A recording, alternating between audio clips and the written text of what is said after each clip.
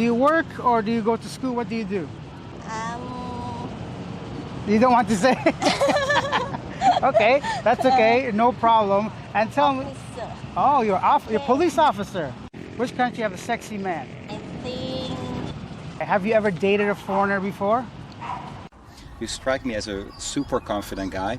Is it easy for you to make those videos? It was difficult because I think culturally it's not as equal. I don't know, many people might disagree, but the places I stayed, there was probably about a 10-to-1 male to female ratio. So a lot of my interview content started off with females only, right? So it was difficult and I wasn't sure if it was culturally appropriate to approach females on the street, a stranger like myself, asking them about dating and maybe flirting. I kind of stayed away from that kind of content. Do you regret it? How old are you, Alex? I'm curious. I am 75 years old. I'm not a very photogenic person. I don't like taking pictures of myself. So I figured why not try to make some videos and document my life. 1, 2, 3, go.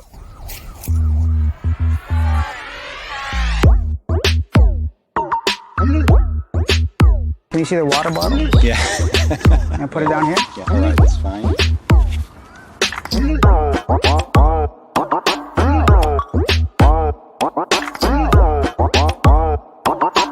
Oh, whoa!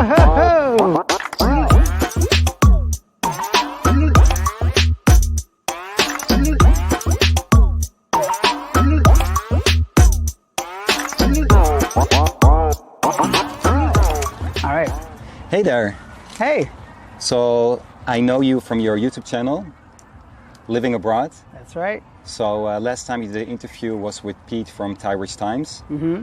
So can you walk me through the development of your channel since that interview you did like 9 months ago, I believe? Yeah, so that was 9 months ago. We were still here in Bangkok. At the time, it was during COVID still. So, you know, there weren't as many tourists around Bangkok. It was really a quiet time. And after that, I went to the Philippines, and that's where the channel really picked up. So there's been a lot happening since then. I got a lot of subscribers, a lot of views. I started, developing my own niche, interviewing people on the street. And, it's been, a really cool ride since then. After that, I went back to Canada, from Canada to India for 3 months, which was an incredible experience. And now I'm back here in Bangkok, so yeah. And for how long do you plan to stay in Bangkok this time? This time, I think I'm gonna stay my regular 45-day tourist visa allowance. I wanna see the world. It's a beautiful place, a big place, and I love to visit maybe Malaysia, Indonesia. I haven't quite decided yet, but I think the 45 days is the maximum amount of time I'm gonna stay in Bangkok. Do you feel there's a huge difference compared to Thailand before and now? I think so, yeah, definitely. Just even by the sheer number of people here. When I was here a year ago around this time, yeah, you saw a few people, but you can tell they've been here a long time maybe, just the way they had their own motorbike, or they just seem very comfortable here. There weren't that many short-term tourists, right? But now, whenever I'm walking around, it's a lot more traffic. It takes time to get places. And I see a lot of foreign faces here in Bangkok. It's back to reality the way it used to be. So the nightlife is crazy, everything's back to business, and yeah, so definitely changed since last year. What is the biggest difference between the Philippines and Thailand? It's hard to differentiate the two, it's hard, but I think the biggest difference might just be the language. The English is really widely spoken in the Philippines. However, I do notice that these days, a lot of the younger generation do speak English to some degree here in Thailand. So, and another big difference I noticed that right now, at least in Bangkok, people are still wearing masks everywhere in Thailand. So a lot of the locals, although the mask mandate has been removed, they still wear the masks. So that's a bit of a difference. I wasn't expecting that, especially coming from India this time. I thought I was going to see the beautiful faces, the smiling faces. And now like about 99% of people I would say that are Thai still wear their masks outside. What do you think the reason for that is? I'm not really sure. I think a lot of it has to do with culture, and I think they respect their elders a bit. I mean, that's just generalizing, but I think it's much more family oriented. So although maybe a Thai person may not believe so much in wearing a mask, but for their parents, maybe their grandparents, they rather, the community first kind of mentality. How was the transition last time from Thailand to Philippines? Like, did you need a lot of time to adjust, or did it go very smoothly? No, it was really smooth. It was actually my second time in the Philippines, but the first time was at the beginning of COVID. So for me, this time I was a little bit familiar with Cebu City, IT Park, and the first day I went there in person, walked up to a building, I said, hey, I want a condo here. They called somebody, they came down, I got an apartment within a day. So the transition was really easy that way. And when I was out there, it was very easy to speak to people, so it wasn't that difficult. You strike me as a super confident guy. Is it easy for you to make those videos?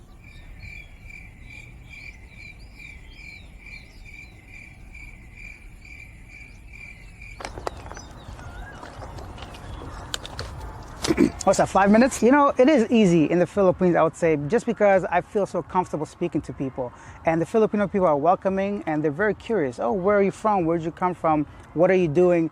All these kinds of things. So for me, when you're a country that wants you to be there, for example, that can communicate with me, it really puts me in my comfort zone. So for me, it's a bit easier, but I know it's not the case with many people. They're really shy. Maybe they're like socially awkward or they don't want to approach random people. But I think I can also read the room pretty well. If someone doesn't make eye contact with me, I don't pursue it or something like that. So yeah. This is a skill you always had, like being very confident, easy to approach other people? I think so, and I think a lot of it comes from being independent at a young age. So I had to do a lot of stuff by myself, you know, I had to take care of myself. And that kind of basically made things easier for me to just approach people and speak. I've always had this knack for speaking out in public for some reason. So for me, it wasn't difficult at all. And how did this go in India? In India, it was difficult because I think culturally it's not as equal. I don't know, many people might disagree, but the places I stayed, there was probably about a 10-to-1 male to female ratio. So a lot of my interview content started off with females only, right? So it was difficult and I wasn't sure if it was culturally appropriate to approach females on the street, a stranger like myself, asking them about dating and maybe flirting. It's just not something that I just didn't want to dabble into. So out of respect for the Indian culture, the Indian people, and what I saw, I kind of stayed away from that kind of content. Do you regret it to stay away from that type of content looking back? Not at all. You know, first things first, I travel for myself. I love exploring countries. And of course, YouTube is secondary. And of course, I love every single viewer and subscriber. But I don't want to exchange that to basically lose the respect of people just to get some views. And I don't regret it because it gave me a chance to explore India on a different level, like places and food and different things than just interviews. Now that your channel blew up, is there a different feeling you have towards making content? Not so much, to be honest. I think I'm a little bit more what's the word I'm looking for? I'm a little bit more aware of maybe making some content for the viewer now, for the subscriber, because they've committed to my channel. You know, they've, take the effort to press subscribe and watch me regularly. So the least I can do is give back to what they want to see. Aside from that, not too much has changed as far as my equipment and the way I make videos is essentially the same. What places in the Philippines do you like the most? For me, the Philippines is a massive place, of course, with, I don't know, 7,000 islands or something like that. And I barely scratched the surface, so I can't wait to go back. But one of my favorite places was Malapascua. It was really beautiful on the tip of Cebu in the north. Very calm, beautiful waters, not overly touristic place. And I also liked Bohol and Mualboal. I mainly stayed in Cebu, but I can't wait to go back to explore some other areas of, Philippines. I would definitely like to visit the other two main islands, basically Davao and Luzon area. I know there's lots to do there, lots to see, and even landmass-wise, I think Davao is like the biggest land island there. So I'm sure there's plenty of places to see, so I have to do some research and check out those areas. What are the things you miss from your home country, Canada? There isn't much that I miss aside from family and friends, of course, the obvious things. For me, I think I like Canada for the structure, the organization. Everything is almost like proper, but sometimes that can be a negative too. It really reduces the chance of adventure and experience and something random happening, right? It's hard to pick anything because there's really nothing to miss for me because I love traveling, I love exploring new cultures. Maybe some different flavors for potato chips is something I miss, but aside from that, nothing too much now. Do you get recognized when you walk on the street? I do, yeah, especially in the Philippines. The last week I was there, I was getting pulled over or pulled aside by somebody almost daily, right? So in Cebu, I became a little bit popular. Even in India and in Bangkok, just a couple days ago, somebody, hey, Alex, I see, I live right here. It's exciting. So yeah, I do get recognized sometimes. What is the best experience you had in the Philippines? Oh, that's a good question. The best experience in the Philippines, I think it was when I swam with the whale sharks. So if you go to Mualboal, you could swim with the whale sharks. And these creatures are like massive, gigantic fish that I never thought I would be that close to. So for me, that was like surreal, like something I definitely remember for the rest of my life. Wow, sounds great. Yeah. What Filipino food do you like? I do like chicken adobo. You know, I know it's like a common dish, but for me, it's really on point with the flavors, with a little bit of sourness, a little bit of spiciness, and of course, the tenderness of the chicken falls right off the bone. So for me, a good adobo is one of the best foods in the world. So. And when it comes to India, what is your favorite food? Indian food, you know, I can't remember anything I tried that I didn't like. Some of my favorites would have to be the let me think, dosa in the south. So I like the masala dosa. It's like a very thin layer crepe with some potatoes inside and with 2 or 3 different side dishes. What else do I like? In India, I like not the butter chicken, but the Changiji chicken. I can't really say the word properly, but you know, and also a Hyderabad chicken. So I love all the chicken because they have different flavors. India is a land like countless when it comes to dishes and food. So for me, those were some of my favorites. And when it comes to Thai food? Thai food, okay, so this might be a very common thing this might be very common with the females, but the somtam is delicious for me. The papaya salad, right? It's a very, very cool mixture of like spices, the textures of the peanut and the papaya itself, and you get a little pieces of shrimp in there and a little bit of fish sauce, spicy, sour, and it's very healthy for you. Somtam and tom yum soup are 2 of my favorites. How old are you, Alex? I'm curious. I am 75 years old. I'm just kidding. I'm 36. I just turned 36 in November. Do you see a huge difference with, for example, youngsters, like people in their 20s compared to when you were younger?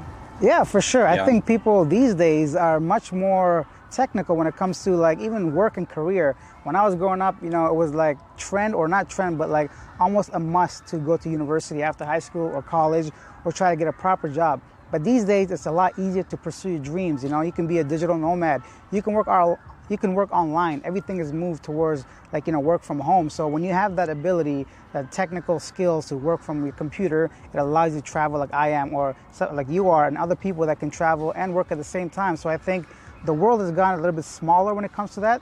And that gives people different like skills to work on and actually make a career out of it for themselves. What gave you the idea and motivation to actually start your YouTube channel? The initial motivation was just to make videos for myself. I'm not a very photogenic person. I don't like taking pictures of myself. So I figured why not try to make some videos and document my life. If somebody watches it, great. And it kind of took off from there. So initially it was for myself, but now it's for everybody else. Can you give any tips and advice to guys who are maybe a little bit socially awkward, who have difficulties to approach other people? I would say just it's not as hard as you might think, right? What's the worst that can happen? Somebody might simply say no to your question or your approach. And I think the more you do it, just like anything else, the easier it becomes for you. You realize that the positive is very, very good. The outcome, the benefits are a lot higher than the downfalls of approaching somebody, because at the end of the day, you're human, they're human, and they can't really do anything to you that, you know, you can't get worse than what it is. A no is a no, but a yes can lead to many adventures and beautiful things. Is there a certain strategy you have for approaching people to interview for your channel? Not really a strategy, but I definitely don't want to interrupt people. For example, if somebody's on their phone, I don't kind of talk to them. If they don't make eye contact with me initially, I don't talk to them. If they're maybe reading a book or playing on their phone, if they seem in a hurry, those are my only basically requirements. Aside from that, if I look at someone and they even give me a 1-second glance, I might be like, oh, this person's open to engaging in a conversation. So that's how I approach them. And I make sure it's not in a busy spot, because depending on the country, some people might be a little bit shy about speaking and their own English skills, right? So although they might want to talk, they might be shy and say no. So a park like this or somewhere where it's just themselves, it's a very good place to talk to them. And do you have any plans for your trip here in Thailand, like places you want to visit? For sure, you know, Thailand's another place. I've been coming here 6 times, right? So of course, this is one of my favorite countries. I think after Bangkok, I'll go to Hua Hin a little bit, then to Pattaya, and then down to Phuket, and then from there, who knows? We'll see. And other countries you want to visit? The world's a big place, and first of all, I think Malaysia's pretty close, so that might be a place I'd love to visit. After Malaysia, maybe Indonesia. And after Indonesia, Philippines seems like a great place, so we'll see. I have 0 plans as of right now, but the world's my oyster, and I can't wait to like explore it. Did you make any plans for your channel, like future ambitions? Future ambitions, by now maybe I've already launched my memberships, but I would love to start memberships because I know I have a very good small group of dedicated viewers to me, and they always reach out to me trying to support me. So I think it's a great time to start memberships. The channel's growing very fast. And after that, I might consider maybe having a meetup, right? So if I'm in Bangkok, or in the Philippines or Manila, somewhere that I know a lot of my subscribers are from, I might try to meet some of my subscribers to have like a meet and greet. And those are some things that I'm looking forward to on the channel. Thank you so much. Have a great day. My pleasure. Bye, everybody. Action. Hi, what's your name? My name is Mila. Mila, how Yes. old are you? I'm 29. 29. Yes. Okay, did you ever have a foreigner boyfriend? Yes. Where was he from? US. US. Okay, Yes. very good. Tell me, what do you do now? Do you work or do you go to school? What do you do? I'm work. What's your job? I'm You don't want to say? Okay, that's okay, no problem. And tell me, officer. oh, you're a police officer. No, you're gonna arrest me on camera, okay? I got you. Now, tell me, which country has the most attractive men? Which country have a sexy man? I think Australia. Australia. I'm Australian. Whoa. No, I'm joking. Really? No, I'm from Canada. All right, thank you so much for your time. Oh, whoa.